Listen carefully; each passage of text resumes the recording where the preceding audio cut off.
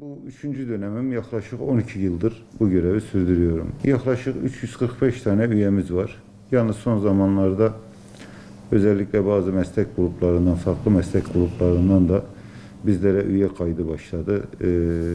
Maden İş Federasyonu'na bağladılar bizi. Maden İş Federasyonu'na bağladığımız için işte saatçiler de bazen bize geliyor. Karo ve mermerciler de bazen enteresan bir şekilde bizim odaya kayıt yaptırabiliyorlar yani. Şimdi tabii çok güzel bir vurgu yaptınız. Özellikle geçen sene Mart'tan bu yana dünyayı kasıp kavuran bu pandemi, özellikle aşının bulunup bulunamayacağı konusundaki belirsizlik, işte siz de biraz önce söylediğiniz altının güvenli liman oluşundan dolayı altın dünyada biraz ons olarak değer kazandı.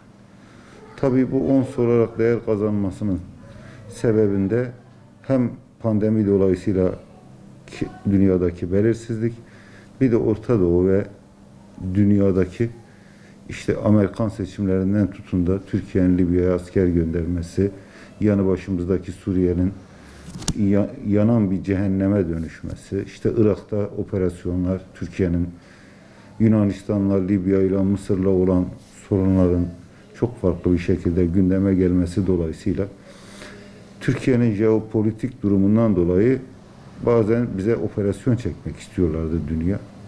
Fakat onsun yükselmesi neticesiyle bizde biraz dolar yükseldi. Dolar da yükselince altın biraz önce sizin dediğiniz gibi 535 lira civarlarına kadar geldi.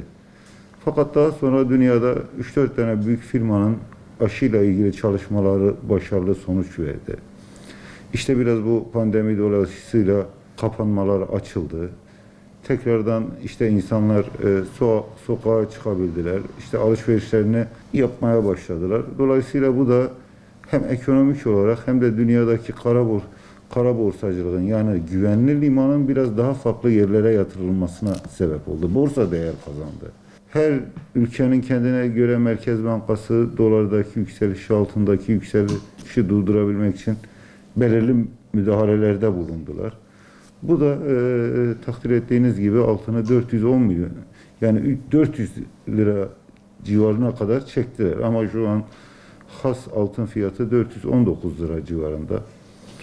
Tabii burada yanlış olmasın, ufak yatırımcılar genel manada işte altın yükselmeye başladığı zaman kredi çekip altın alanlar bile oldu maalesef.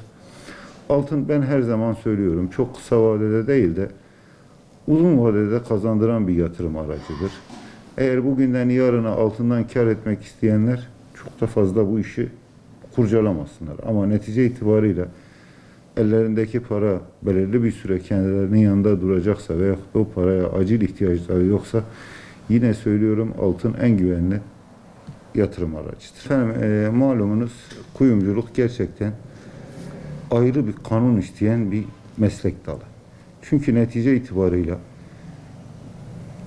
ilimizde olsun, Türkiye'de olsun, dünyada olsun yaşayan insanların, altın kuyumculuğu yapan insanların bir takım denetim altında olmaları lazım. Maalesef özellikle Kuyumcular Odası veya kuyumcu dernekleri bu konuda kanunun bize vermiş olduğu yetki maalesef biraz yetersizdi. Biz böyle bir kanun tasarısının gündeme gelmesini istiyorduk. Fakat bizim isteğimiz arasında işte her kuyumcudan 500 gram altın, işte en az lise mezunu olmak, 25 metreden aşağı dükkan kabul etmemek, kuyumcu oda ve derneklerinin bypass edilmesi gibi bir düşüncemiz yoktu. Aksi gibi bizim daha fazla denetim yetkimizin artırılması konusunda bir talebimiz vardı.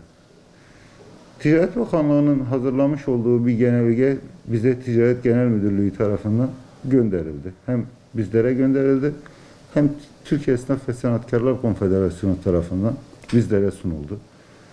Tabii Türkiye'deki bütün kuyum odaları ve dernekleri bu konu hakkında ortak bir payda üzerinde birleşebilmek için günlerce bu işe kafa yorduk ve 12 kişilik bir grup Ticaret Genel Müdürlüğümüzden bir randevu aldı. Dün Sayın Ticaret Bakanımız Bayan Ruhsar Pekcan'la bir görüşme yaptık ve o görüşme neticesinde bu 500 gram altının, kuyumculardan istenen 500 gram altının istenmesi gündemden kalktı. Tabii Bakan Hanım'ın sözleri bu. Ama sorun bununla da bitmiyor. Biz denetim yetkilerinin arttırılmasını istiyoruz. İşte şimdi malumunuz Türkiye'de 40 bin tane kuyumcu var. Geçmişe dönelik hepsinin, geçmişi de kapsayacak bir şekilde hepsinin lise mezunu olması isteniyor. Dükkanlarda metrekare olayları gündeme getiriliyor. Artı bir de denetim yetkileri tamamen Sanayi ve Ticaret İl Müdürlüklerine bırakılıyor. Takdir edersiniz ki bu konuda Sanayi ve Ticaret İl Müdürlüğü'nde bilir kişi yok. Yani bu işten anlayan yok. Devlet memuru olan bir insanın altının ayarından, gramından anlayacağı da yok. Bizim taleplerimiz doğrultusunda odaların da buna dahil edilmesi, bu denetimlerde yani ruhsattır, efendime söyleyeyim açılış şeydir, hep oda olarak bizlerin de müdahil olması gerekir diye düşünüyoruz. Bu konudaki taleplerimizi de ilettik Sayın Bakanımıza. Bununla ilgili çalışmalar devam ediyor. Tasarı daha meclise gelmedi ama dün tekrar bir komisyon dediğim gibi toplandı. Olmazsa olmazlarımız konusunda bakana bilgi verildi. İnşallah bu konu bizim istediğimiz bir şekilde, daha doğrusu bizim istediğimiz de toplumun yararına olan bir şekilde geçer ve hem yatırımcı rahat eder, hem esnaf rahat eder, hem de yetkisiz olan bizler yetki alır, hiç olmazsa denetim yetkisine kavuşuruz diye düşünüyorum efendim.